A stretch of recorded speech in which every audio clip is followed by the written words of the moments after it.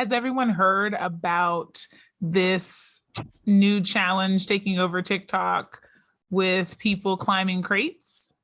Milk crates, right? Yes, milk crates. Upside down crates, pyramid fashion. Yes. I have seen a number of these now on Instagram. What is there a number? Do we know this? Like, what is the apex of the crate triangle? I do not know. Yeah, what's the record? Someone's got to have some crazy record with this. So you have to, basically there's like a pyramid of crates. Oh, it's a pyramid. It's like a triangle, right? Yeah. You don't walk back down, you just walk up until you fall and hurt yourself. What the ones I've seen, that there are steps downward as well. Yes. It's just that people aren't making it. You're watching like the people who are optimistic about their chances. You're watching the ones that have nothing to live for, Skylar. I've seen a guy rolling a blunt while doing it. I have seen like them, but everyone gets hurt. So this feels a little bit like the Tide Pod challenge, where it's like, why are we doing this? This is a much more cinematic way to hurt yourself, though, which I appreciate. Like Tide Pod is going out with a whimper. This is going out with a bang. Yeah. I saw one where this guy like was going up the thing, and then he falls like on his nuts, and then because that hurt so terribly, I'm assuming, fell backward and like then landed on a crate and like did a backwards fold, like definitely. Did you do like the spinal accordion move that I love so much? Yeah. Out with a bang. No. Definitely out with a bang.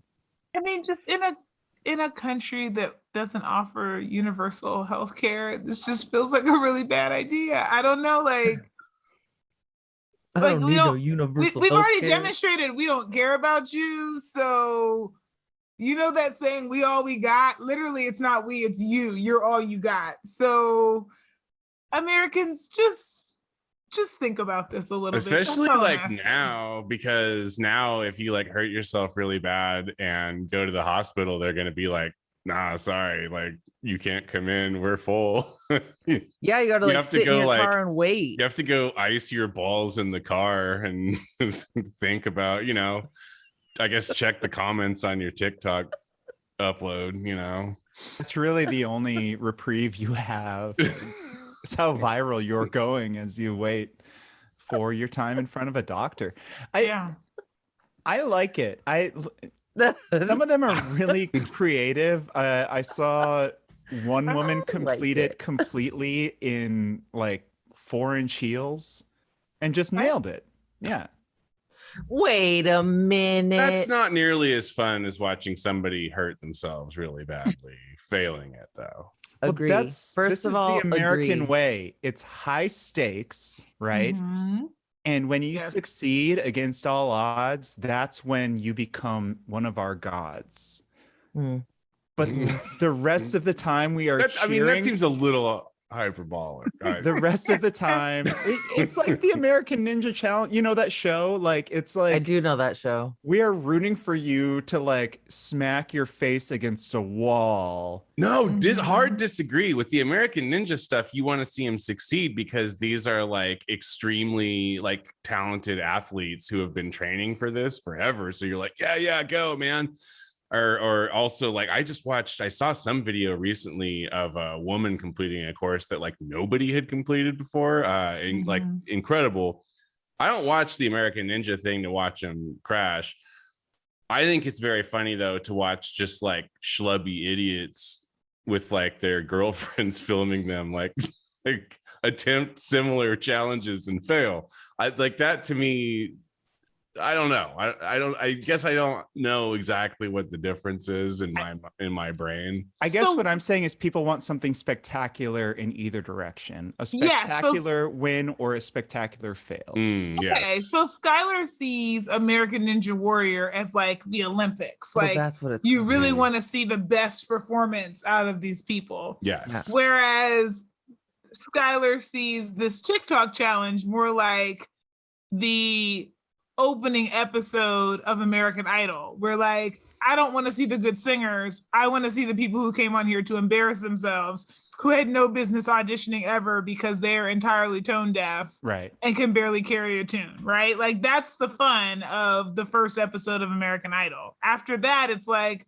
it kind of like, all right, I guess we're in the Olympics thing where I want to see the best people do really well. But like before that, you kind of want to see a train wreck. That's the creme de la creme. I get it. Okay. It's like that. Do you guys remember? And I know that creme. everybody is tired of hearing about this movie because it like has come true in every way and everybody hates it, but it's true. Is that Idiocracy movie? Do you remember the TV show that they watch and that the reality TV show that they're watching in that movie?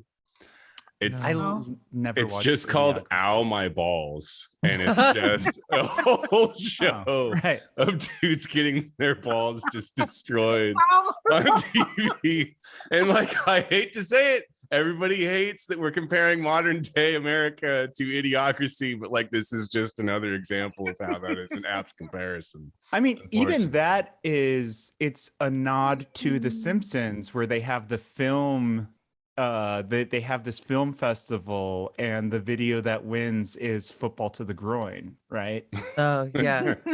I mean, I much prefer anything that is like gonna involve anything that starts with some dude wearing a dirty t-shirt, having consumed a 12-pack of Natty Ice. Hell yeah. Having a really good idea about what would be a hella cool thing to do. And at like beer number 10 being like, bro, you want to stack some crates? It's like, hey man, you got like hella milk crates in your backyard, right? Is your mom home? I love this trend. I'm here for it. The most amusing part of all of this is that America is such a capitalist country that one of the first comments that I saw about this was, does anybody know who is the primary manufacturer of milk crates? Because I'd like to invest. Yes. So hard because I was like, I'm going through the stages of like Americana right now. And one of them is people looking for the business opportunity in whatever is trending. I love it. Yeah. Well, and like just the act itself to me, and like it's the same way all the way back to American Gladiators, that most of you will fail, and you will fail in such spectacular fashion that it will amuse everyone else. And the few of you who beat all odds, who are the ones that will win within this capitalist process, you're the ones that we will just worship as gods until the end of our empire, which really it's closer and closer, I guess, the more we think about it. Well, this is the second time that you have said that the people who complete the challenge are worshipped by society as gods until the end of time. And the second time that I have felt compelled to point out that feels a little hyperbolic to me. I have, Skylar, I've got a little altar, and I will have you come over and kneel at it with me to every crate challenge winner. I don't know. I'll let it go. Oh, too much? Okay. Yeah. I'm the asshole. May the best balls win. All right, let's begin. Voices, the things they said. Voices, some from those dead. All the voices heard. Voices, things we say. Voices, they're in your head. All the voices heard. Hello, everyone. You have Kempa. And you have Skylar. And Shannon. I didn't even hear Flo. Like, I'm not even sure what just happened there. She said, and Flo, I'm so excited. Okay. Did you both hear that? I'm so Yeah. excited. No, oh I my just goodness. I just read her lips. Shannon, thank you for the lip reading. I'm really excited. Flo, I'm sure your audio caught it. Anyway, neither here nor there. We have a full house, and that's why Flo and I and Shannon are so excited. Excuse me. I didn't say anything about excitement. I'm very excited too. Well, Skylar, you're the one we never get to have anymore. So like, this is why. Like, it's just nice to have you back on a little bit more of a regular basis. Yeah, hell yeah. I like Nice that the to be the excitement is like Kempa and Flo bursting at the seams and Shannon and Skylar being like, yeah, we're excited. Great. That actually is very on par with all four of us. Yeah. Yeah, what? I'm excited. What do you want from me? Good to be here. I'm Skylar. Whatever. Here's my water bottle. Sacramento hates you too. Yeah.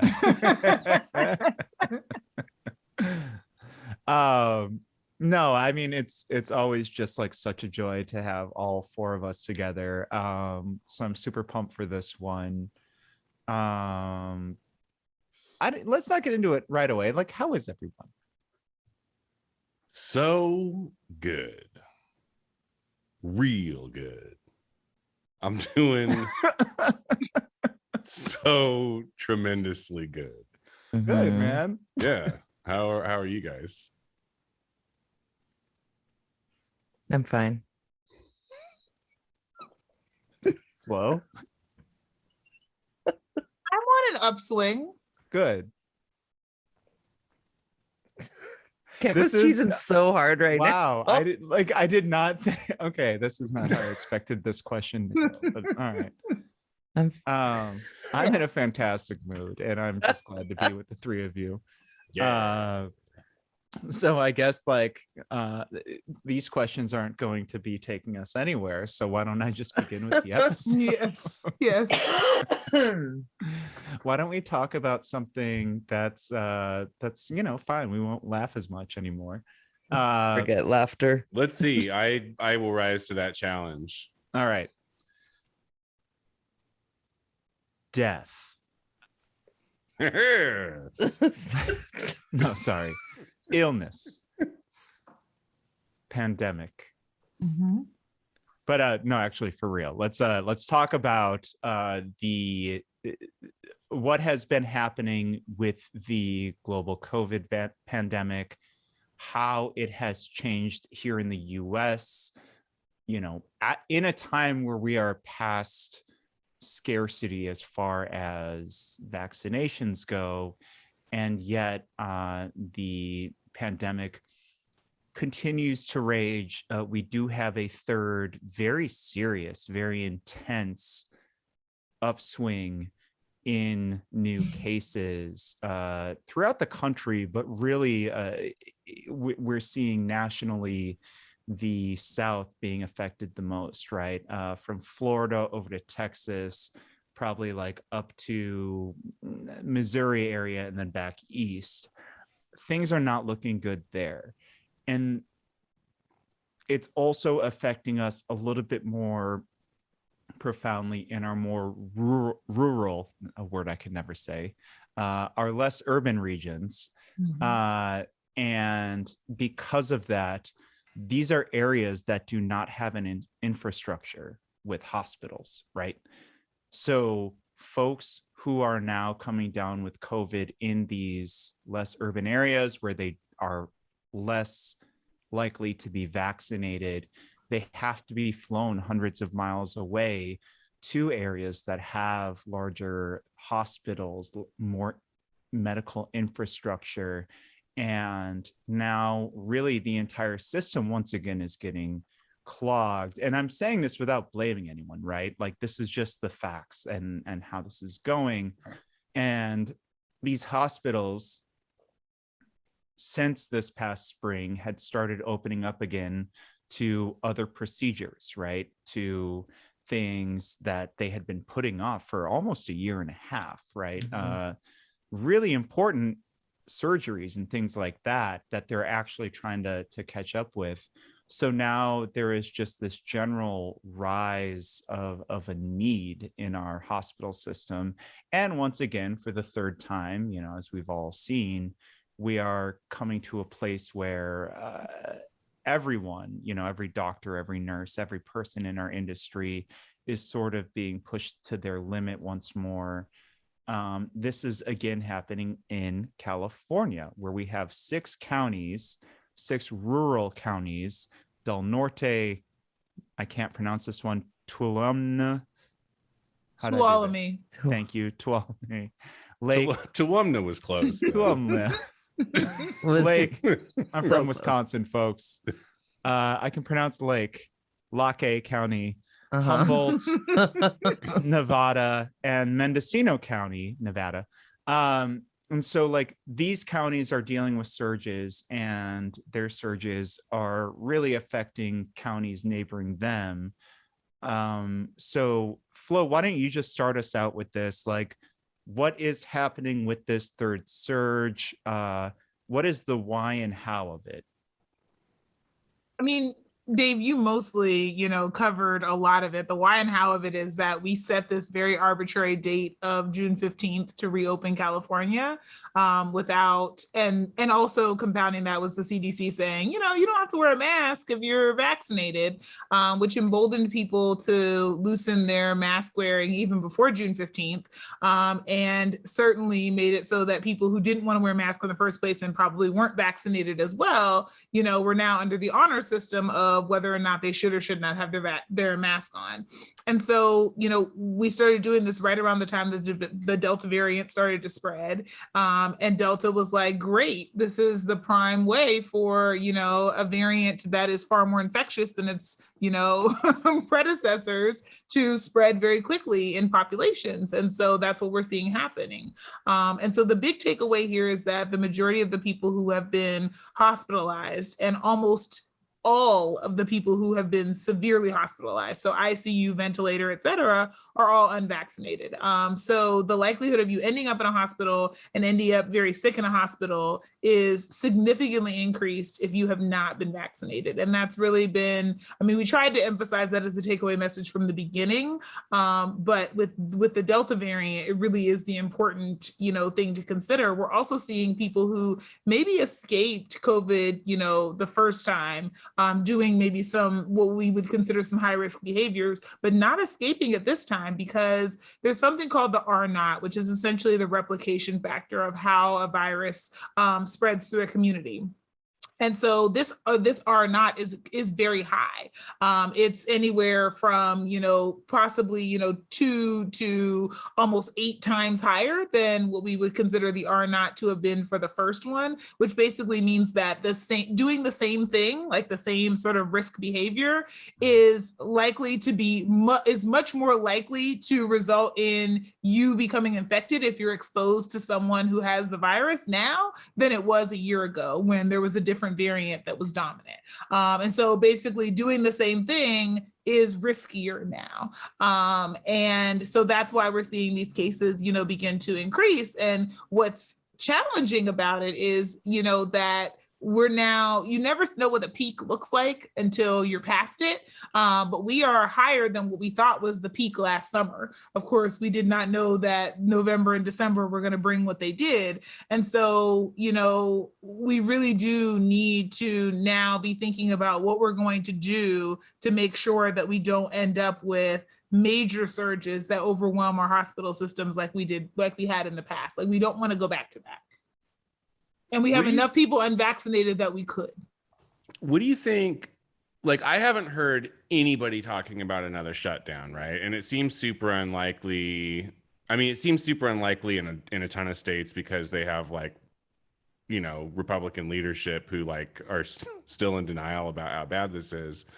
But it also seems super unlikely in California just because of the state of the gubernatorial like recall and all of this stuff, right? But like we will get to a point if this continues to escalate at the rate it's escalating where they're like, Honestly, like one of the eeriest parts of it to me, and one of the scariest parts, and I'm vaccinated, and I also like pretty much stick to myself, and I don't do high risk stuff, so I'm not like worried about getting it or like getting sick from it, really. But like, I am worried that like nobody in charge is willing to like make the hard call if the hard call needs to be made, right? In terms of like shutting things down and being like, okay, this is going to get really, really, really bad. Everybody please go inside and don't come out for like a month or two. Here's the money that you need to be able to do that.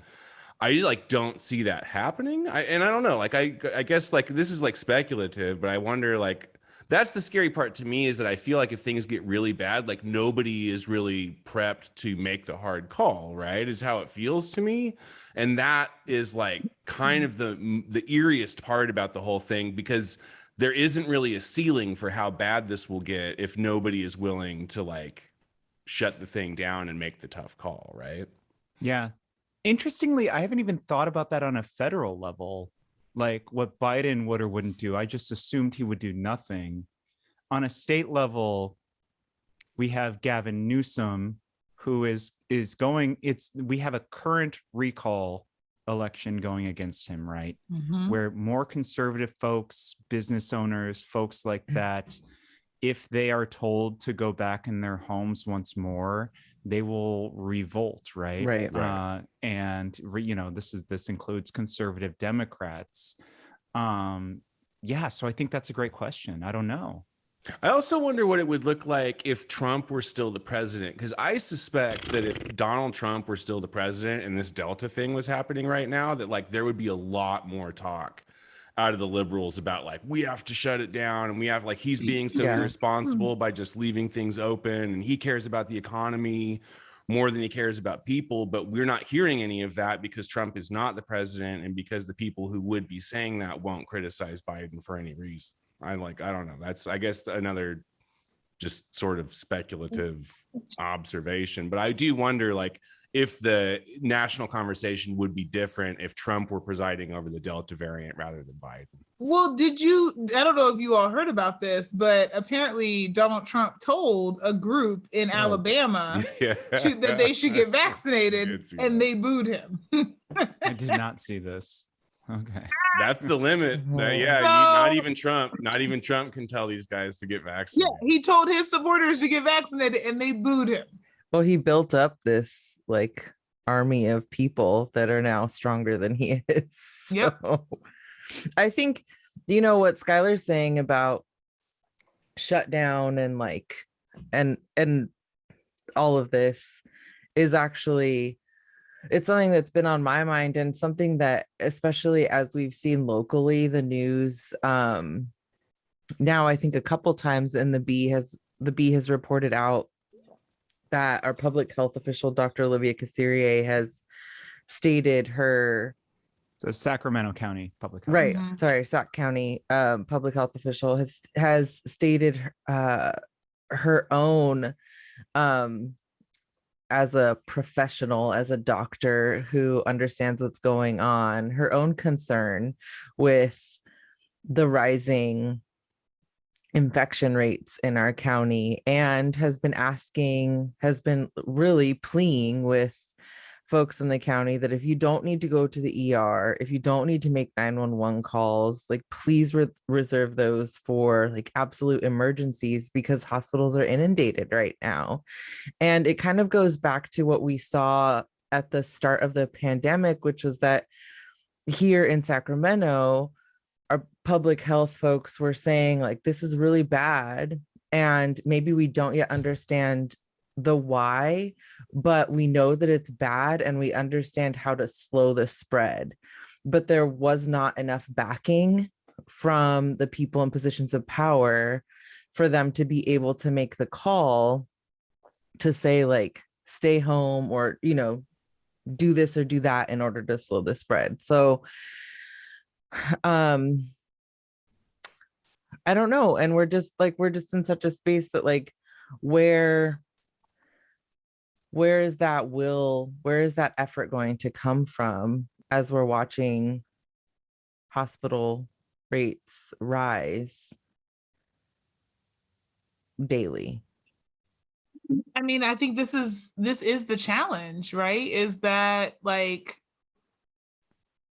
I think most public health, professionals were saying in, the spring going into the summer, we are reopening too soon.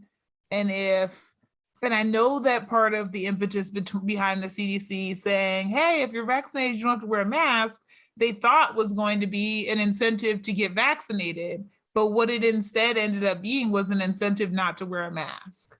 Right. Interesting. For everyone, right? And I think where we are right now is that we are going to need some elected officials to have to make some tough calls. My prediction is going to be that we probably won't go back to, the stay-at-home orders unless the spread becomes untenable in children. And with all these schools going back, and all of the kids under 12 being unvaccinated, and a hefty number of the kids 12 to 17 also being unvaccinated because it became available to them far later, I think that's probably going to be the place where if something happens, that's where the shutdown will start. But I think if that doesn't end up taking off, in a substantiated way, and I really hope it doesn't, I don't know that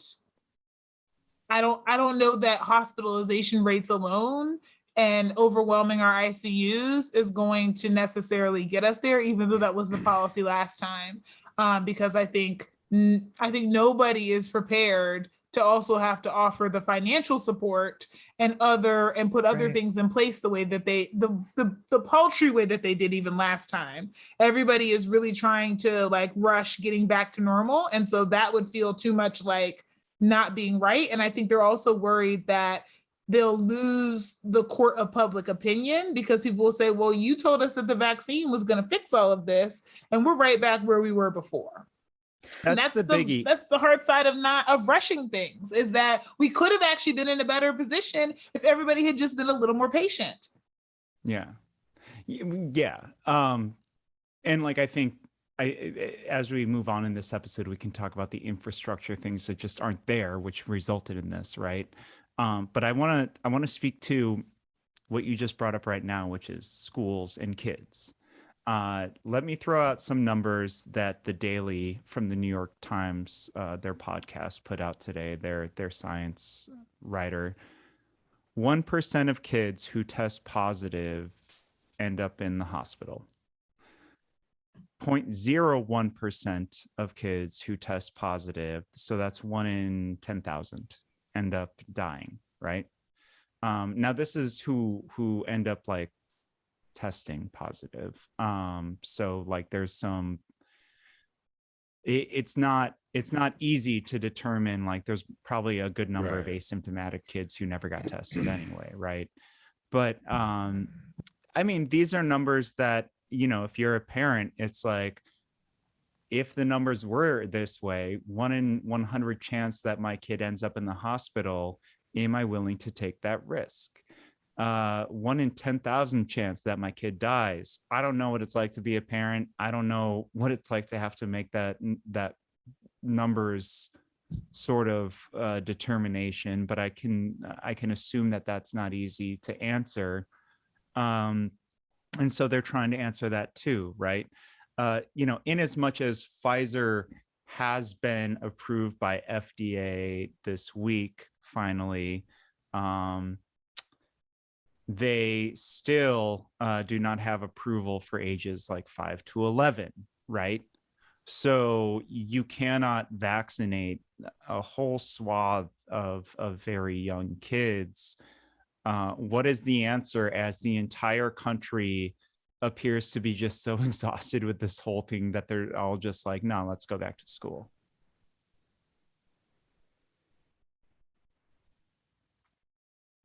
I don't know that there is an answer. I mean, we're in some places, I mean, thankfully it's not as common in California, but we're actually like threatening to take away funding from schools if they have a mask mandate. Like, I just don't. The kids are not all right.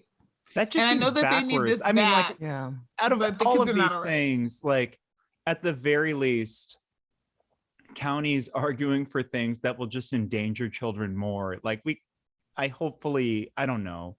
And like, I don't know if this will piss off some listeners or something, but it's like, shouldn't we be practicing distancing, even if we're all going back to school? Aren't masks something that it's like, the science is out there on masks, right? Shouldn't we be down to do that in our schools? And that's not even, in some regions, that's considered the bad form of action, right? Chelsea was hanging with a friend of hers who is a school counselor, and she told her basically that, students' mental health, the level that it's at is lower as the school year starts than it's ever been, right? And that things as serious as suicidal ideation are things that she's hearing from very, very young kids, that this friend is surprised that they even know what that means to these kids. Youth suicide is on the rise and has been the entire pandemic. Yeah. So like, there is this mental health side of it, but there's also this public health side of it. And it just feels like so many folks are trying to walk this tightrope in real time as we're learning as best we can about this pandemic. Is well, and like, I mean, not to like just dump all over it, but the other side of it too, that like kids are dealing with, and kids from here on in are going to deal with more and more, is that on top of all of this too, like the climate is out of control. Like wherever you are in the world, it's the same story. And here you breathe smoke, but in other places it's a different thing. And in Tennessee, a flash flood kills 40 people. Yeah. Right. Exactly. And it doesn't. And like that, and we are seeing the ramp up of this now. Like this is just going to get worse from the here on in. And so it isn't like, obviously I take no pleasure in it, and it is super sad, but it doesn't surprise me at all to hear that like mental health outcomes for youth right now are bad. Of course they are. Like they're in the middle of a pandemic and the world is boiling itself alive. I don't know. I guess I don't really have anything else to say about it. I get it. I understand why you would be having a difficult time in an existential sense right now, if like you have literally your whole life in front of you, right? I think it kind of, yes, first of all, yeah, I think we all get that, right? And I think it goes back to even like long before the pandemic, this unwillingness on the part of lots of different people to understand the importance of the determinants of health and prevention for most things, right? Like, so that if there were actually like a robust system to respond to a pandemic, albeit something that doesn't happen every 20 years, but if there was an understanding that your health is more than having the virus or not, or contracting the virus or not, that it's also about having food security and housing security, and also making sure that like your brain can be stimulated when you're quarantined, and that your emotional health is wrapped up in your physical health, and all of these things, that we would just have so much. I'm not saying that would erase these mental health diagnoses or crises that come up, but it's just like I don't know. It's just, again, it's that like duh factor. Like if we're unwilling to invest in people as whole people, we're just going to continue to see things crumble. Like, Right. and if it's not under COVID and the multiple variants that follow it, it's going to be because of climate change, or it's going to be because of housing insecurity, or it's going to be because, we don't have a living wage for workers. Like there's any number of things. And I know we're talking about COVID here, but I just think that like we can't understate enough that like our health is more than just our body temperature. Yeah. Well, yeah, I mean, to your point, right? Like at any time, we could have done this in March of 2020. We could do it now. If the government was just like, here's $10,000 a person, everybody go inside for 2 months and don't come out, we would be done with this. We could have been completely done with this almost a year and a half ago now. If we like as a society, we're just like, oh, hey guys, we're going to have to grind things down to a halt for 2 months. Everybody sit down and buckle in. We'll be fine when we come out the other side. We can't do that. Like we'll never do that. We would never invest in our people in that way. And as a result, here we are, we're going to do this for years. And also we wouldn't agree that was the good thing to do.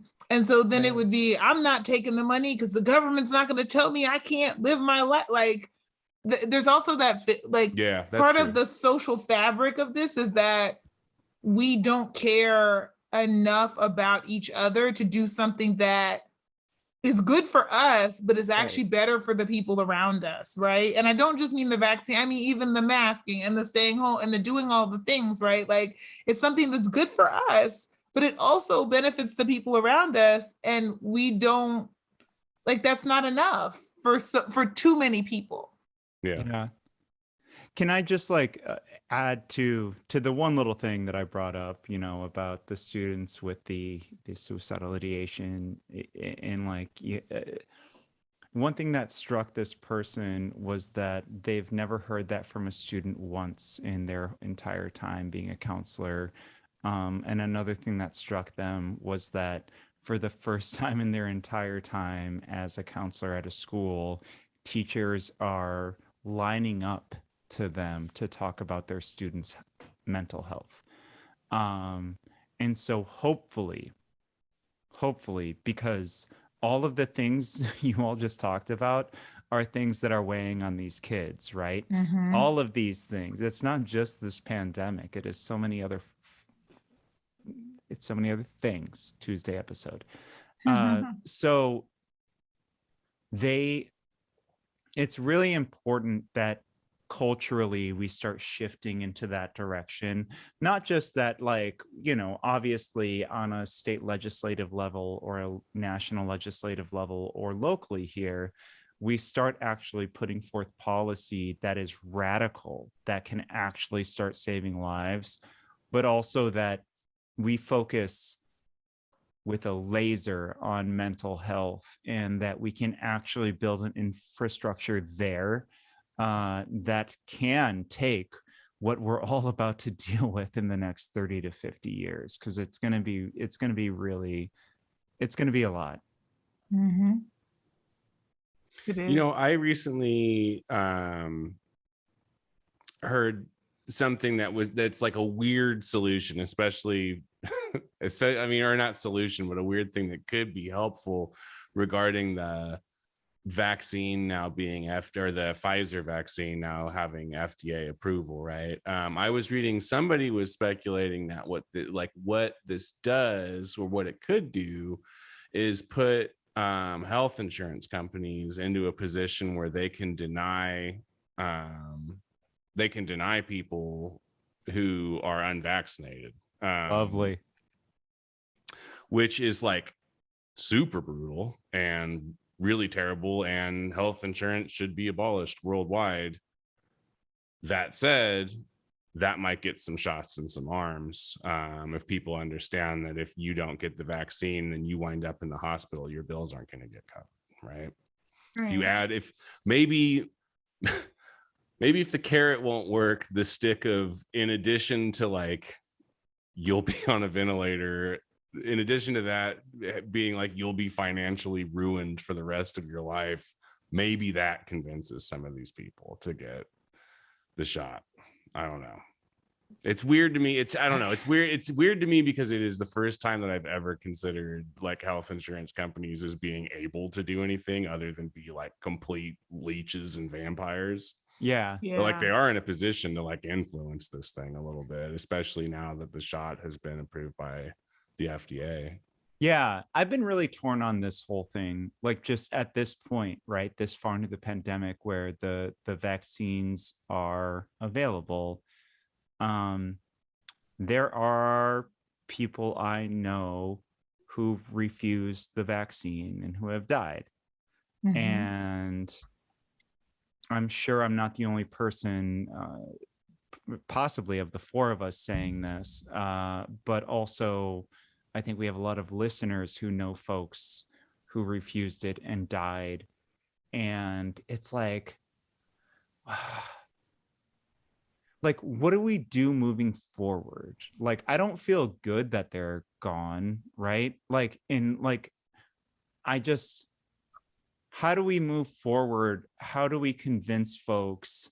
I don't want the reason that you take the vaccine or decide to be because your spouse died, right? So like, what do we do moving forward, Flo?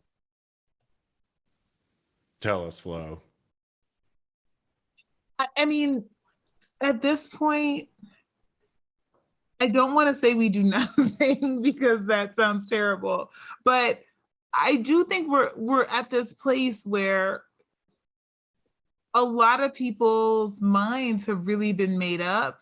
And we're now at the place where, you know, this is where I need my health behavior and health education folks to start talking to me about like and my, you know, my psychology folks and whatever, to start talking to me about like, what do you do when people's egos are wrapped up in this? Because, you know, we also know about the people who have gotten COVID, were big, you know, whether they were anti-mask or just anti-vax or whatever, talked big trash. And now they and people around them have been significantly harmed. And there is this risk that nobody likes to say I was wrong. And so now they're going to double down on this and continue to say and tell other people around them it wasn't so bad because maybe they recovered themselves and don't worry about it and whatever else, because it's a lot harder to do. It's a lot easier to do that than it is to say,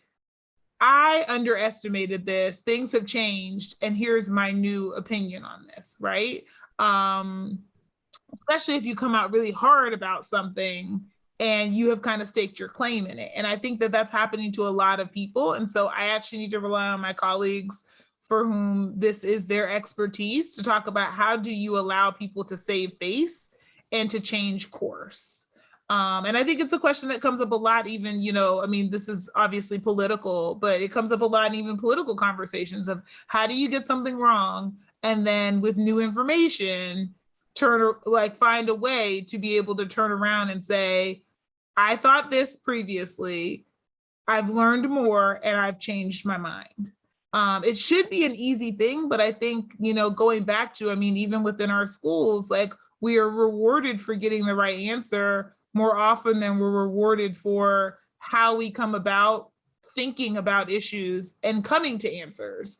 And so that makes it really challenging for people to apologize and to change course. And I think that's unfortunately what is the big overarching issue and where we go from now, because this is not people who are undecided. This is largely people who have staked a strong claim in not being vaccinated and not wearing masks, and this isn't real, or my immune system can fight this off in other ways, or this isn't a big threat. And I don't know personally how we engage in that during this third wave, but that's the task at hand.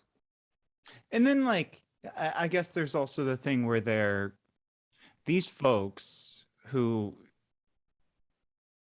like in some ways we're kind of like, I don't know what recourse there is. I don't know how to convince you otherwise.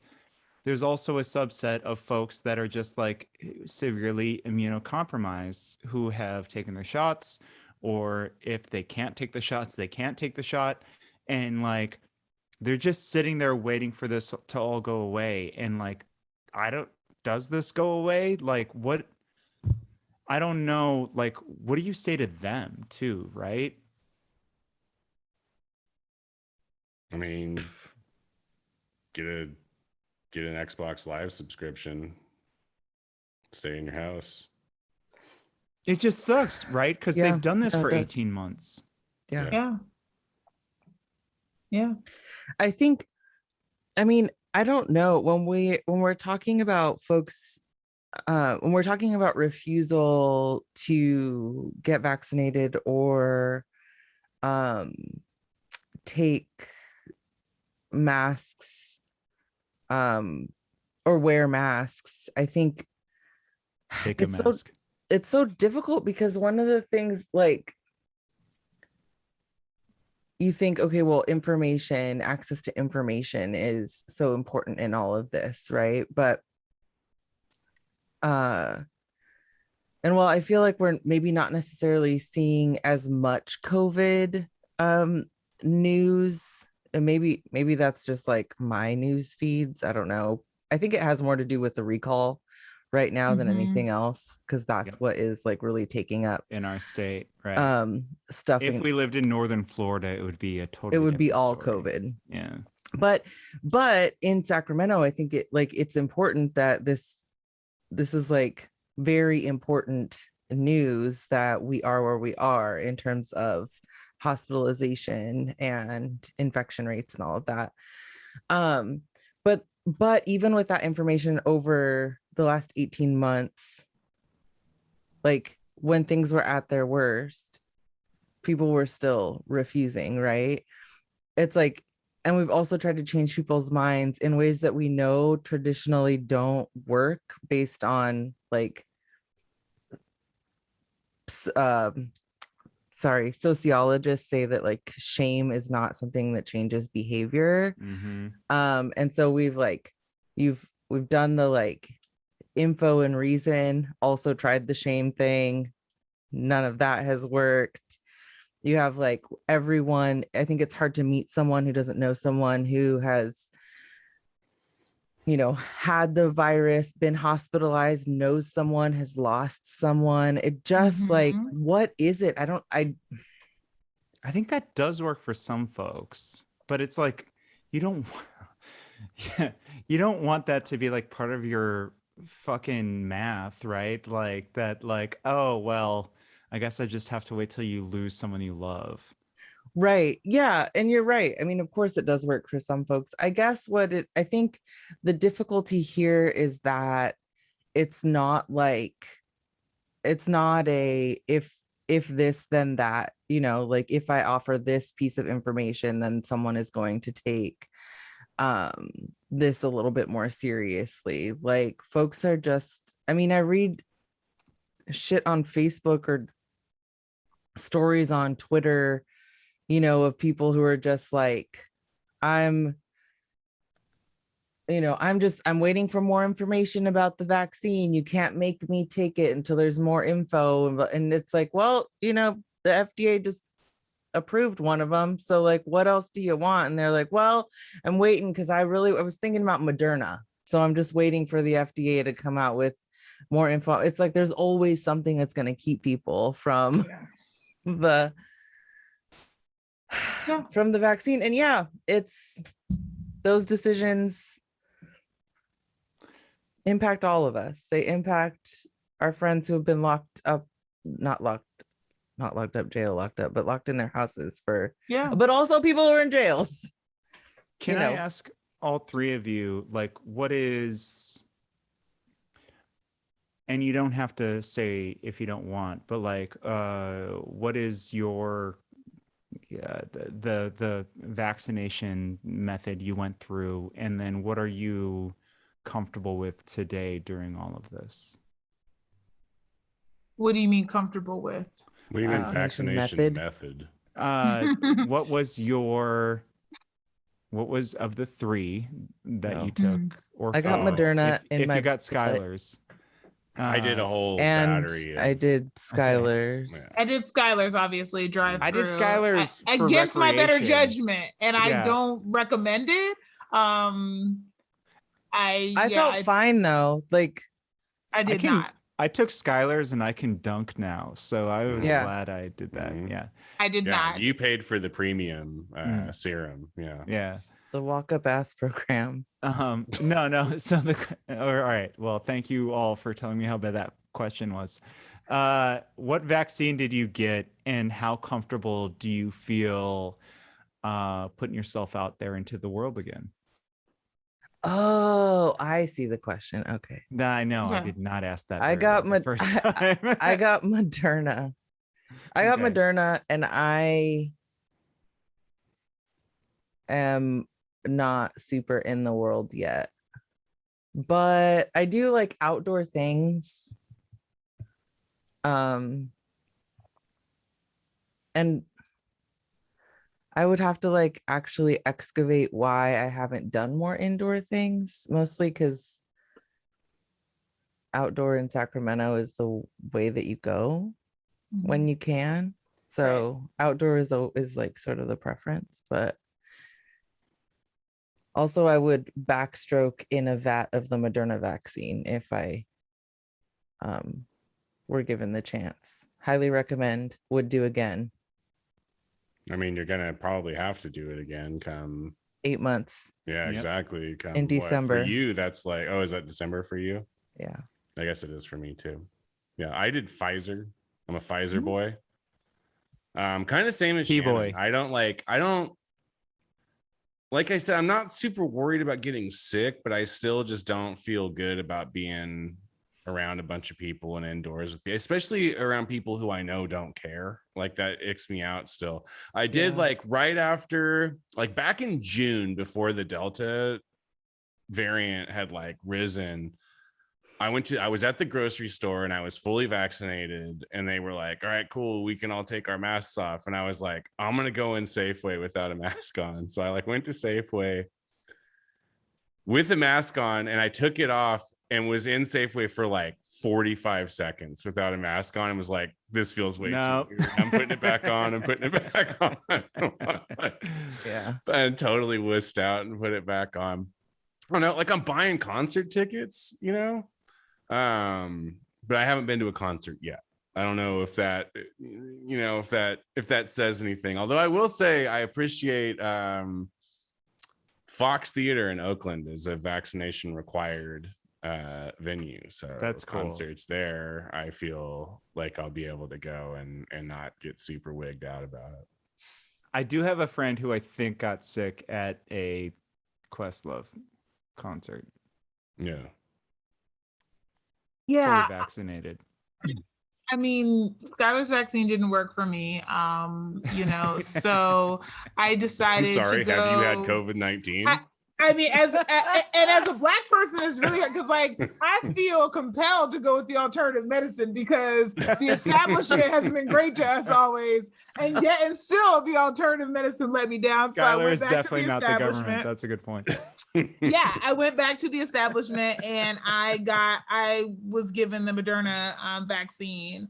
I was actually vaccinated at the Sacramento Native American Health Center. So shout outs to them for trying to get all the Black and brown folks vaccinated. And my mom, I think I've mentioned this on the show before, was also in the Moderna trial. She thought that was very important that, you know, when people said, well, were there Black people in this trial? She could say yes, and I was one of them.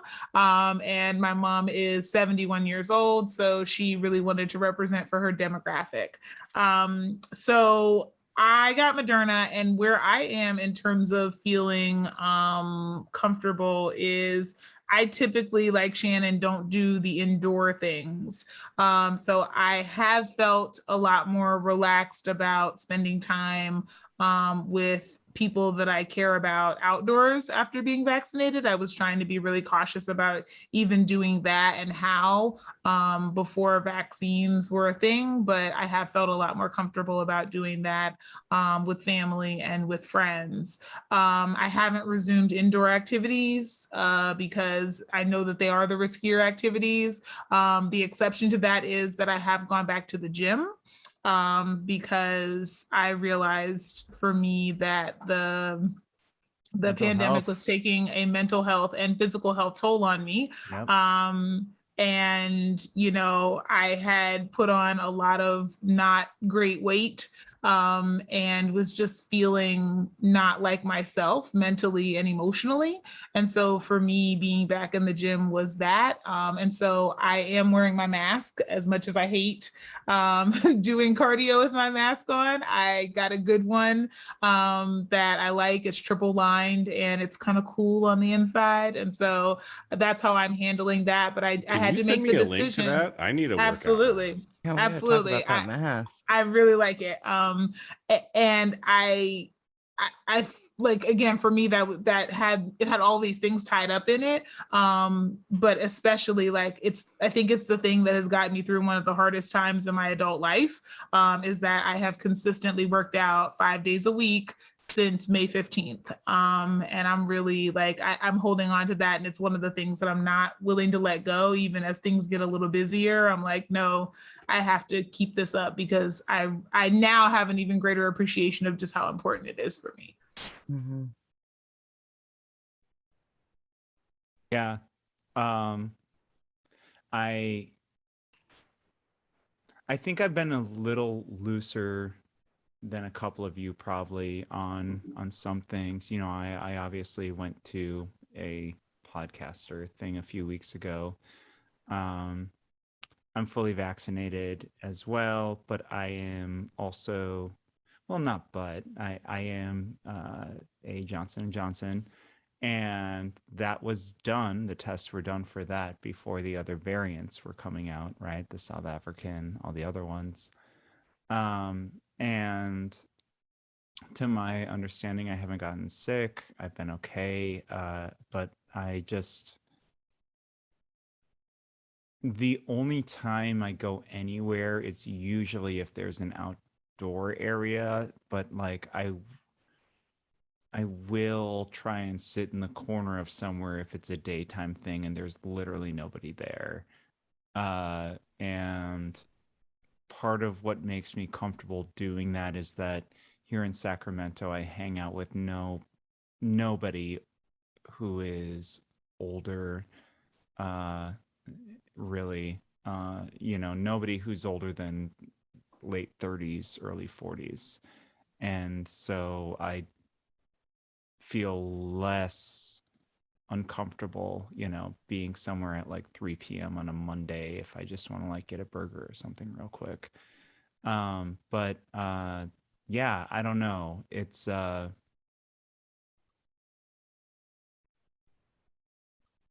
longer this goes on, it's just like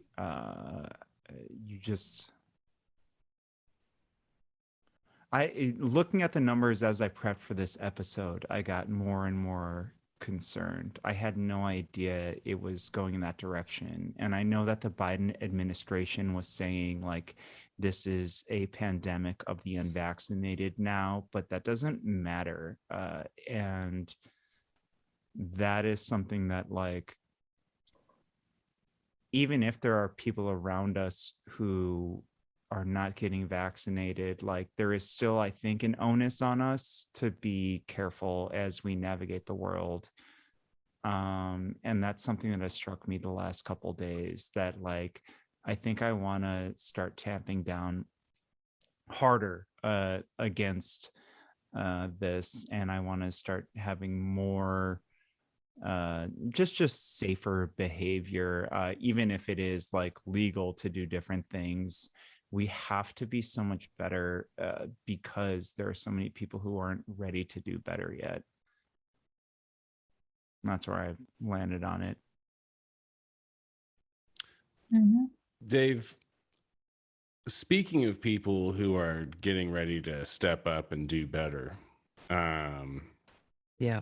Say that there's a person who, you know, they're vaccinated, they've been playing it safe, but they have been going in to Starbucks every day to get a Frappuccino after lunch. And they know that it's a risky behavior. And like yourself, they're kind of taking second stock and looking around and being like, you know, I probably shouldn't be in here every day, or even once a month, really, spending this $5 on a Frappuccino after lunch, right? So what the thing is that this person now has, of course, an extra $5 a month going around, and they're looking to step up and they're looking to do the right thing. And I'm wondering if you have a recommendation for this person about what they ought to be doing with that $5 that they're saving now that they're not having a Frappuccino once a month. Great question. And this is for all you frap drankers out there. The frat boys. Frat boys. I don't know how many of you are out there drinking fraps post lunch. But knock it off. You're prolonging the pandemic. You might be. Otherwise, I don't know. Maybe you're not. I don't know how safe you are about this, but I assume a frap is around $5. So let's say you're doing this once a month. You're going out there getting your frap. Yeah, get your frap on. I might argue, don't. And instead of that, you can double the episodes of Voices River City you're getting every month, right? So you are getting 4 episodes a month. You are getting every Tuesday a free Voices River City episode. Imagine getting one every Friday where we are swearing. So much. I say so many swears on those. Oh yeah. There are entirely new storylines. We're showing you cells of the original Simpsons. There's nudity, maybe. I don't know. There's a lot going on these pay episodes. They are extremely titillating. Yeah. Wonderful. So Titillating.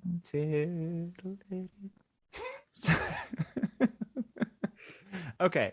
So anyway, as little as $5 a month on our patreon.com/voicesrivercity could get you double the episodes. They're really fun, and they're like pretty different from our usual Tuesday episodes, which makes them a little bit more fun. Like we really do view them as the episodes for the real ones. And so hop on there and check them out. And for law enforcement. Yeah, cops, will love obviously. those episodes. The cops, they're writing us all the time, telling us how much they love those episodes. Yeah, they're like, "Oh, Dave, can you put more of those out there?" And I'm like, "Oh, you just gotta wait till next Friday." Anyway, sorry, Chief.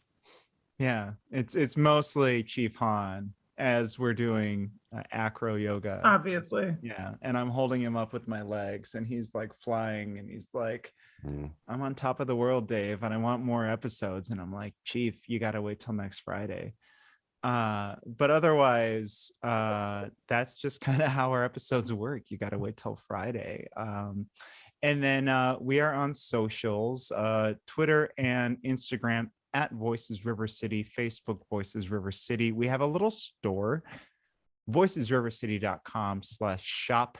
You can get a t-shirt, you can get a coffee mug, you can get a koozie for your White Claw. So many things. And then I guess we are just ourselves on our socials. I am at Kempa on Twitter, YOUKNOWKEMPA. You can find me at Guillotine for You. That's Guillotine, the number 4, YOU. I'm Shan N.D. Stevens. And you can find me at Flojaune, FLOJAUNE. All right. Well, may I say again, it was such a pleasure to do a show with the 3 of you. Yeah. Such a nice time. I hope that you, our listeners, enjoyed it as well. The Delta variant is very real. So even if you are vaccinated, please keep it up. Keep being safe with it for just a little bit longer. And I only tell you that not because I want to hassle you, but because we love you. And we really want you to stay safe. Stay sane. Stay healthy. And once more, stay the head away from me. And anyway, we'll just leave it at that. I thought I did an episode called The Final Surge. That was way off.